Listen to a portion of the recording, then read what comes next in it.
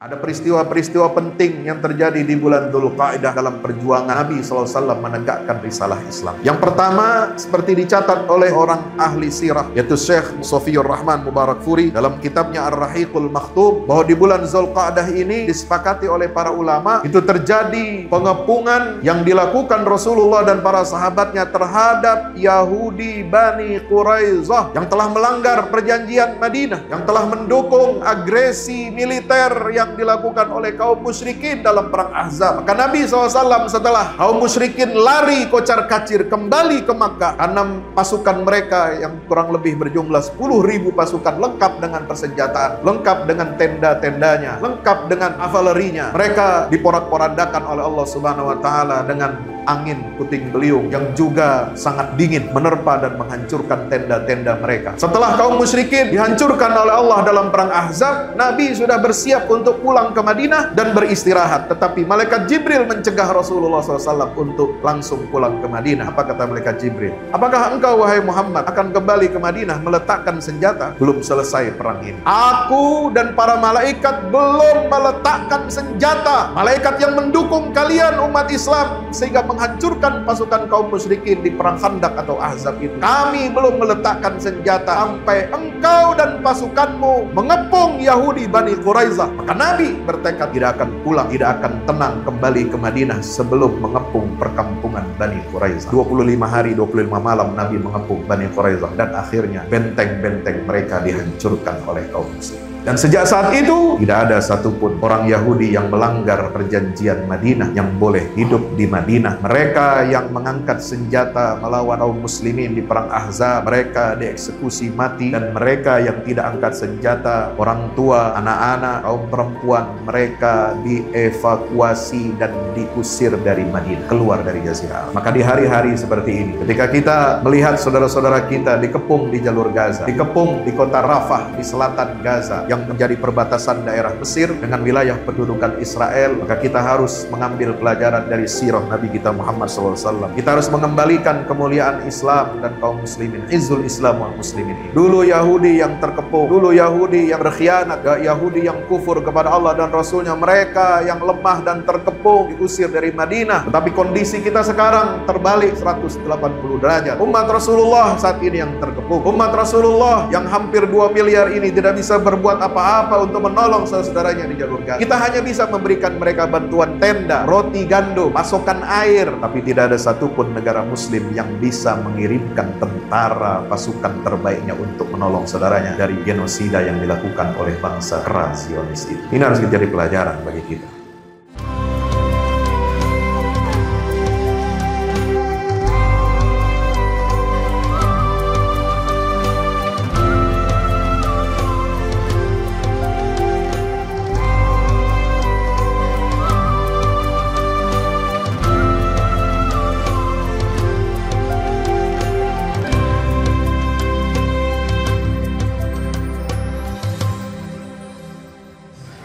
Assalamualaikum warahmatullahi wabarakatuh.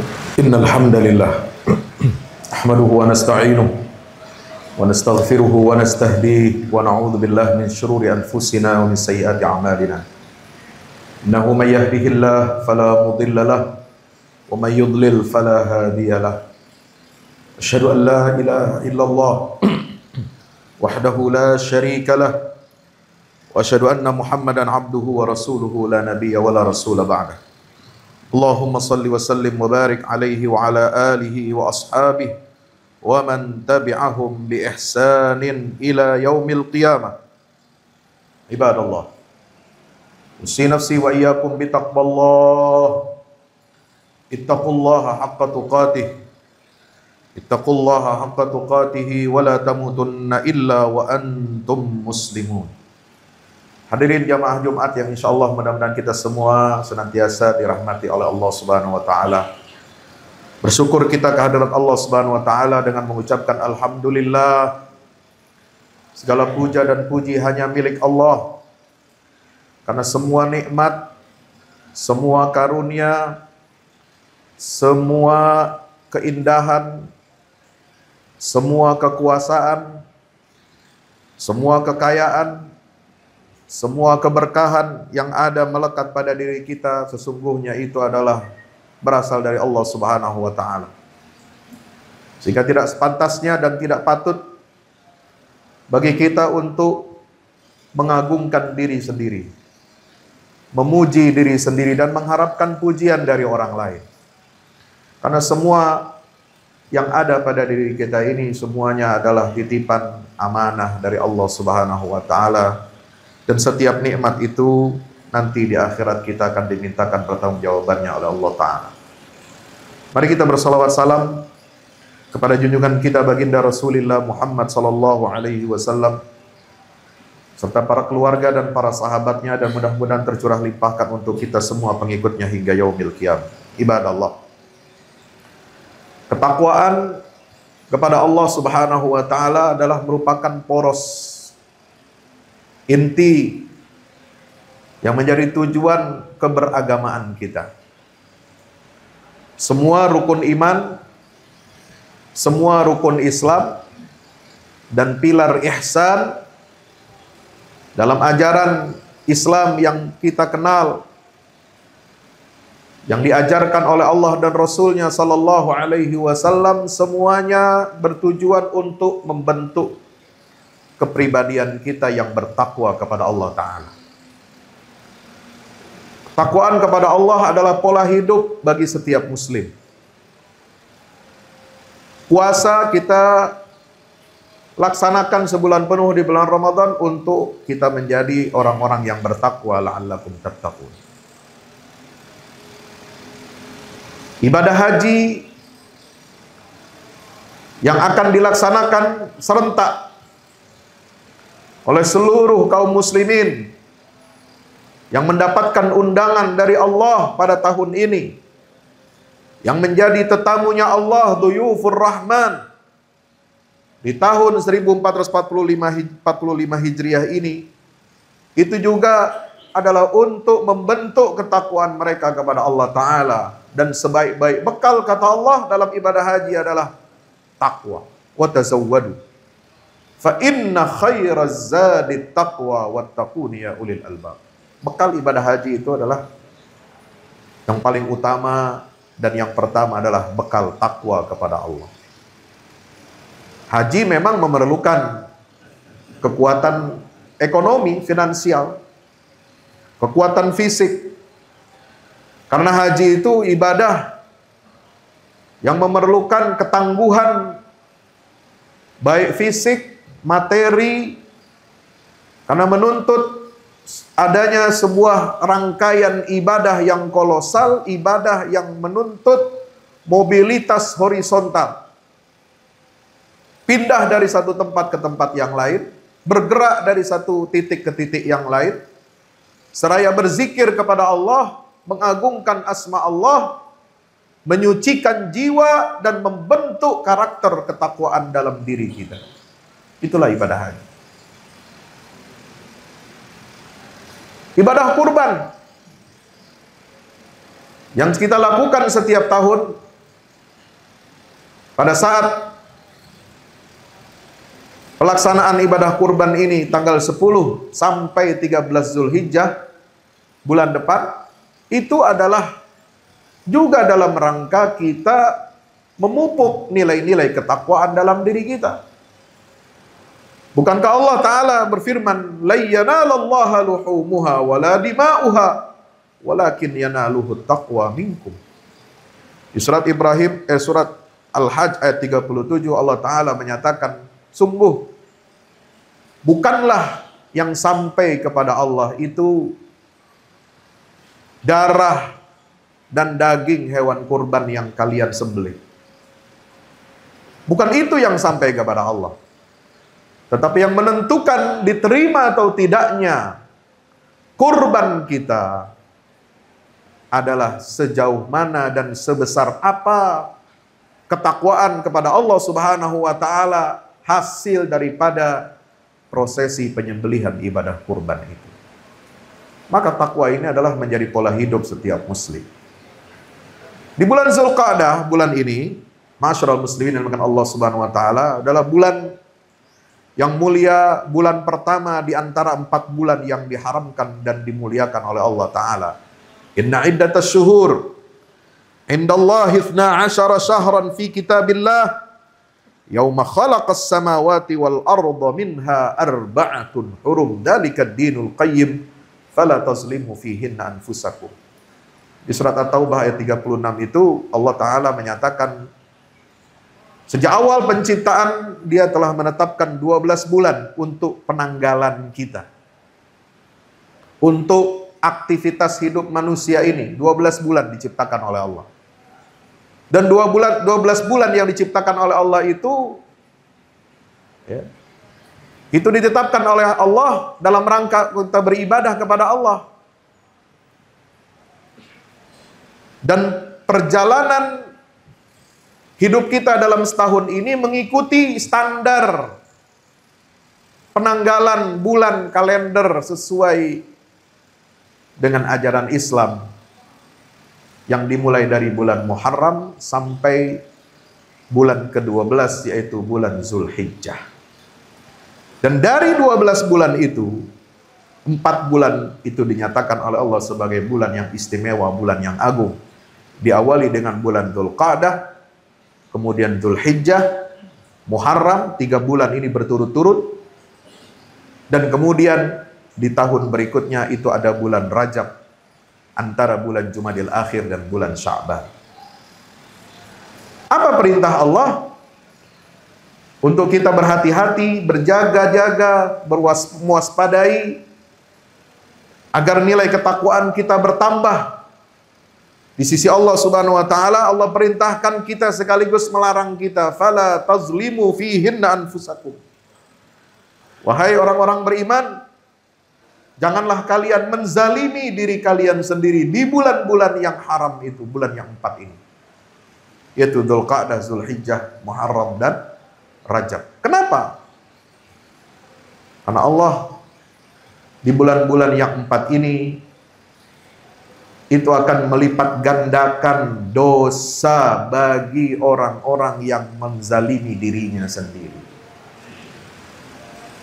Tidak pernah Allah mencatat satu perbuatan maksiat, tidak pernah Dia mencatat dosa kita itu berlipat-lipat, tidak pernah. Kalau perbuatan baik, kebajikan-kebajikan, amal saleh, itu selalu Allah catat kita dilipat gandakan 10 kali lipat minimal. Tapi kalau perbuatan dosa dan maksiat, itu hanya dicatat 1 saja.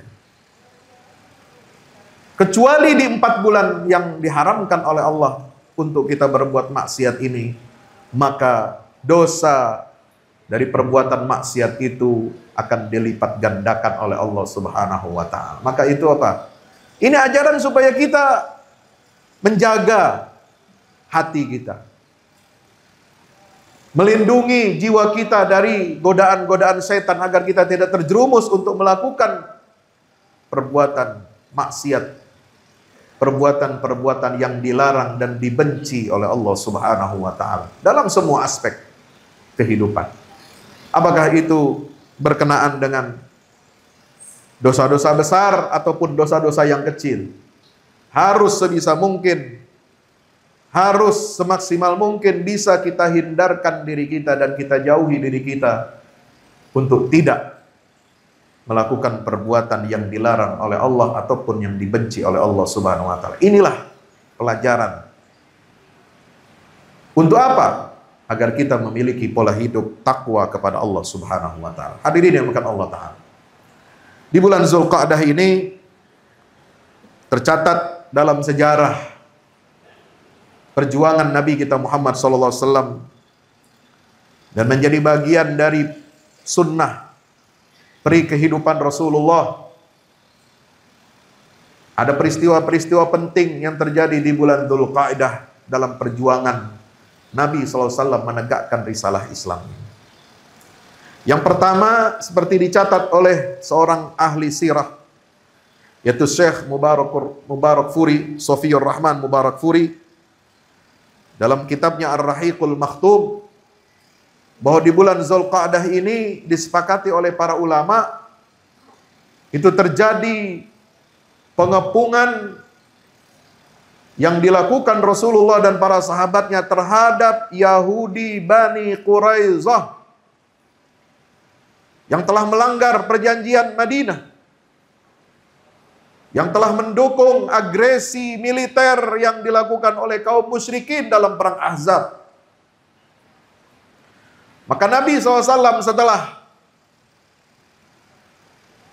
kaum musyrikin lari kocar-kacir kembali ke Makkah, karena pasukan mereka yang kurang lebih berjumlah 10.000 pasukan lengkap dengan persenjataan, lengkap dengan tenda-tendanya, lengkap dengan kavalerinya. Mereka diporak-porandakan oleh Allah Subhanahu wa taala dengan angin puting beliung yang juga sangat dingin, menerpa dan menghancurkan tenda-tenda mereka. Setelah kaum musyrikin dihancurkan oleh Allah dalam perang Ahzab, Nabi sudah bersiap untuk pulang ke Madinah dan beristirahat. Tetapi malaikat Jibril mencegah Rasulullah SAW untuk langsung pulang ke Madinah. Apa kata malaikat Jibril? Apakah engkau, wahai Muhammad, akan kembali ke Madinah meletakkan senjata? Belum selesai perang ini. Aku dan para malaikat belum meletakkan senjata. Malaikat yang mendukung kalian umat Islam sehingga menghancurkan pasukan kaum musyrikin di perang Khandaq atau Ahzab itu. Kami belum meletakkan senjata sampai engkau dan pasukanmu mengepung Yahudi Bani Quraizah. Maka Nabi bertekad tidak akan pulang, tidak akan tenang kembali ke Madinah sebelum mengepung perkampungan Bani Quraizah. 25 hari, 25 malam Nabi mengepung Bani Quraizah dan akhirnya benteng-benteng mereka dihancurkan oleh kaum muslim. Dan sejak saat itu tidak ada satupun orang Yahudi yang melanggar perjanjian Madinah yang boleh hidup di Madinah. Mereka yang mengangkat senjata melawan kaum muslimin di perang Ahzab, mereka dieksekusi mati. Dan mereka yang tidak angkat senjata, orang tua, anak-anak, kaum perempuan, mereka dievakuasi dan diusir dari Madinah, keluar dari Jazirah Arab.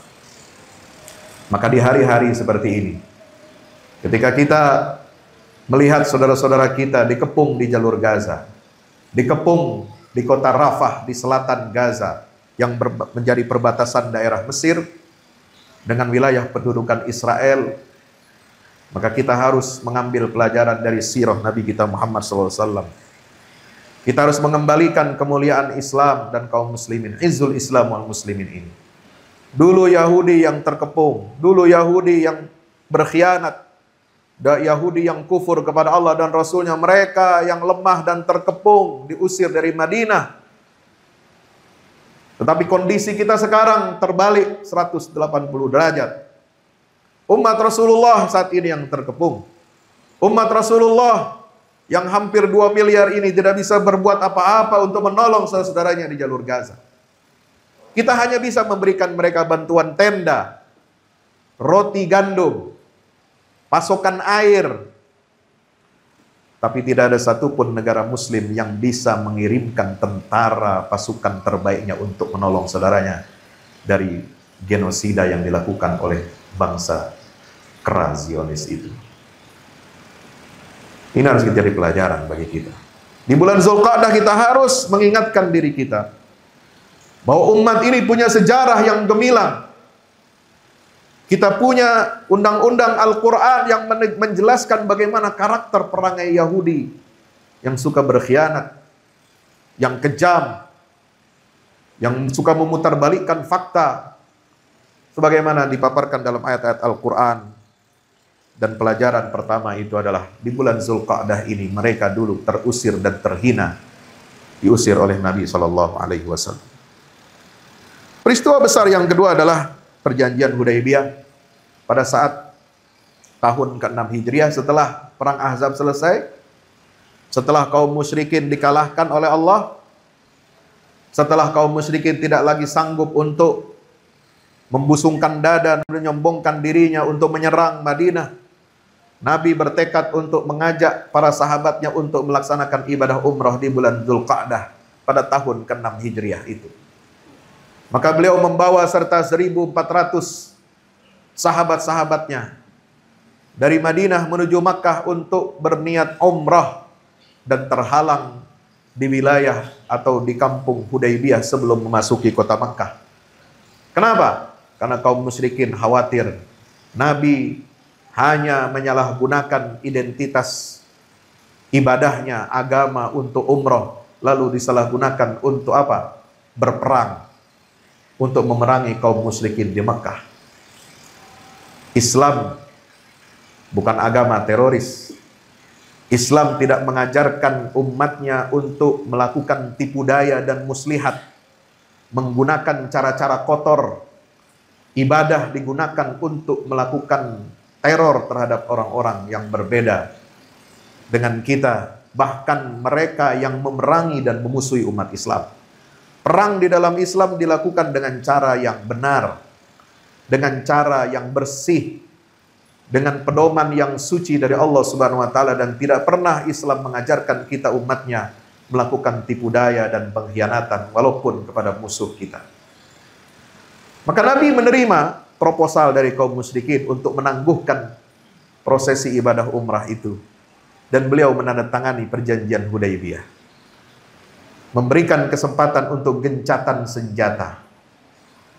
Selama 3 tahun lamanya gencatan senjata itu dipatuhi oleh Rasulullah, tetapi dilanggar oleh sekutu kaum Quraisy Makkah, sehingga Nabi mengambil keputusan untuk mengepung dan mengambil alih menaklukkan kota Makkah pada tahun ke-8 Hijriah. Saudara yang dirahmati Allah Subhanahu wa taala. Peristiwa yang ketiga, bahwa di bulan Dzulqa'dah ini Rasulullah senang untuk melakukan ibadah umrah sampai 4 kali dicatat oleh para ahli sejarah. Sebagaimana ditegaskan dalam riwayat Imam Bukhari, ya'tamara Rasulullah sallallahu alaihi wasallam arba'a umarin kulluhunna fi Dzulqa'dah. Rasulullah 4 kali melaksanakan ibadah umrah, selalu 4 kali itu dilaksanakan di bulan Dzulqa'dah. Yang pertama adalah umratun minal Hudaybiyah fi Dzulqa'dah, umrah yang kemudian tidak jadi dilaksanakan karena terhalang di Hudaybiyah itu pada bulan Dzulqa'dah. Lalu kemudian umrah pada tahun berikutnya juga pada bulan Dzulqa'dah, yaitu pada tahun ke-7. Kemudian umrah minal Ja'ranah, umrah pada tahun berikutnya dari Ja'ranah, yaitu pada tahun ke-8 Hijriah. Wa umratun fi hajjatihi, dan umrah yang terakhir dilakukan oleh Rasulullah SAW, yang keempat dilakukan pada saat beliau melaksanakan haji wada di tahun terakhir sebelum beliau Rasulullah SAW wafat. Maka itu adalah sebuah amalan sunnah yang dicontohkan oleh Nabi agar kita bisa melaksanakan ibadah umrah ini di bulan Dzulqa'dah. Masyaallah yang dirahmati Allah, mudah-mudahan kita dapat mengambil pelajaran dari peristiwa-peristiwa yang terjadi dialami oleh baginda Rasulullah SAW dan para sahabatnya. Untuk menegakkan izul Islam wal muslimin ini diperlukan karakter dan kepribadian takwa setiap orang Islam. Setiap muslim harus menjadi pribadi yang bertakwa. Karena pribadi yang bertakwa inilah pribadi yang beradab kepada Allah dan Rasul-Nya. Kalau setiap muslim sudah memiliki adab dan ketakwaan kepada Allah Ta'ala, maka semua rintangan dan hambatan, semua tantangan-tantangan besar yang akan merintangi risalah Islam ini, semua akan bisa ditundukkan dan bisa diatasi dengan sebaik-baiknya. Mudah-mudahan Allah Subhanahu wa taala memberikan kita keistiqomahan, menguatkan hati dan tekad kita untuk senantiasa terus menerus menjadi pribadi yang bertakwa kepada Allah taala. Barakallahu li wa lakum fil Qur'anil azim wa nafa'ani wa iyyakum bima fihi minal ayati wa dzikril hakim. Aqulu qawli hadza fastaghfiru innahu huwal ghafurur rahim. Alhamdulillahi wahdah sadaqa wa'dah wa nasara 'abdahu wa 'azza jundahu wa hazama al-ahzaba wahdah. Asyhadu an la ilaha illallah wahdahu la syarikalah wa asyhadu anna Muhammadan abduhu wa rasuluhu la nabiyya ba'da. Allahumma shalli ala Muhammad wa ala ali Muhammad. Assalatu wassalamu alayka ya Rasulullah. Ibadallah, usi nafsi wa iyyakum bitaqwallah. Ittaqullaha haqqa tuqatih wa la tamutunna illa wa antum muslimun. Ya'lamu anna Allah amarakum bi amrin bada fi bi nafsihi wa thanna bi malaikatil musabbihati bi khudsih. Faqala ta'ala inna Allah wa malaikatahu yusalluna 'alan nabi ya ayyuhalladzina amanu sallu 'alaihi wa sallimu taslima. Allahumma salli wa sallim wa barik ala nabiyyina Muhammad wa ala ali Muhammad kama sallaita ala Ibrahim wa ala ali Ibrahim innaka Hamidum Majid. Wardallahumma an sadatina arba'atil khulafa'ir rasyidin Abi Bakrin wa Umar wa Uthman wa Ali wa an sa'irus sahabati wat tabi'in wa man tabi'ahum bi ihsanin ila yaumiddin wa alaina ma'ahum bi rahmatika ya arhamar rahimin. Allahumma ighfir lil muslimin wal muslimat wal mu'minina wal mu'minat al ahya'i minhum wal amwat innaka ya rabbana sami'un qaribun mujibud da'awat. Allahumma ansuril islam wa 'izzal muslimin. Allahumma ali bi fadlika kalimatil haqqi ila yaumiddin. Allahumma ansur man nasara ad-din wa akhdhul man khadhala al-muslimin.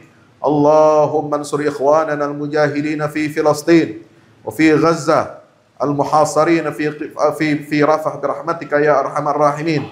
Allahumma arina fihim ajaiba qudratik. Allahumma dammir a'daka a'da ad-din. Allahumma alayka bil yahudil ghasibin. Allahumma alayka bil yahudil ghasibin al-mu'tadin الذين يقاتلون أولياءك يا رب العالمين. اللهم شتت شملهم وفرق جمعهم ودمر كلمتهم واجعل تدبيرهم في تدميرهم برحمتك يا أرحم الراحمين. وصلى الله على عبدك ورسولك محمد وعلى آله وصحبه وبارك وسلم والحمد لله رب العالمين.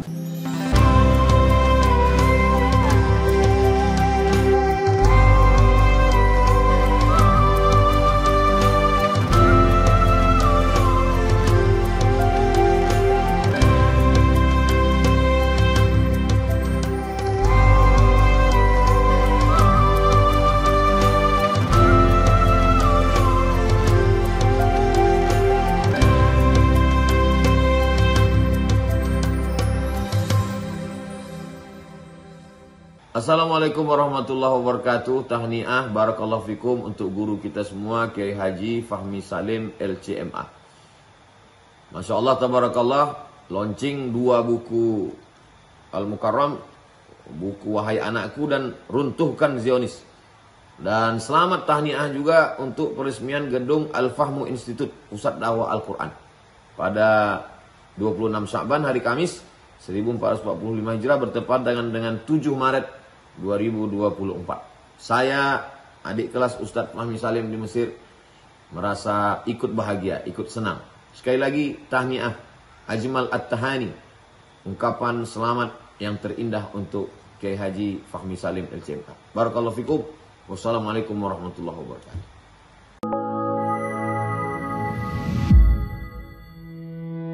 Yang terbaru dari Ustadz Fahmi Salim, 2 buku tentang parenting Qurani dan jihad membela Baitul Maqdis. Buku Wahai Anakku, Benahi Adabmu, Bersihkan Hatimu, buku yang siap membuka cakrawala pikiran dan batin sahabat. Buku Wahai Anakku, Benahi Adabmu, Bersihkan Hatimu disusun dengan mengambil inspirasi dari buah pena Imam Al-Ghazali, Ayyuhal Walad. Buku ini diformat dengan dialog orang tua pada anaknya. Meski begitu, dialog ini bisa dibaca secara umum bagi para calon orang tua untuk anak-anaknya kelak. Bentuk dialog kami dapati banyak dipakai dalam kisah-kisah di Al-Quran ketika menerangkan soal pengasuhan. Misalnya antara Nabi Ibrahim dan Nabi Ismail atau Luqman dan putranya. Hadirnya buku ini semoga menjadi penambah keilmuan kita agar tidak salah dalam membentuk generasi penerus yang menjadi pewaris amal jariah kita. Meninggalkan mereka, anak-anak kita sebagai investasi amal soleh yang akan terus mengalir kepada kita. Dapatkan buku Wahai Anakku, Benahi Adabmu, Bersihkan Hatimu segera.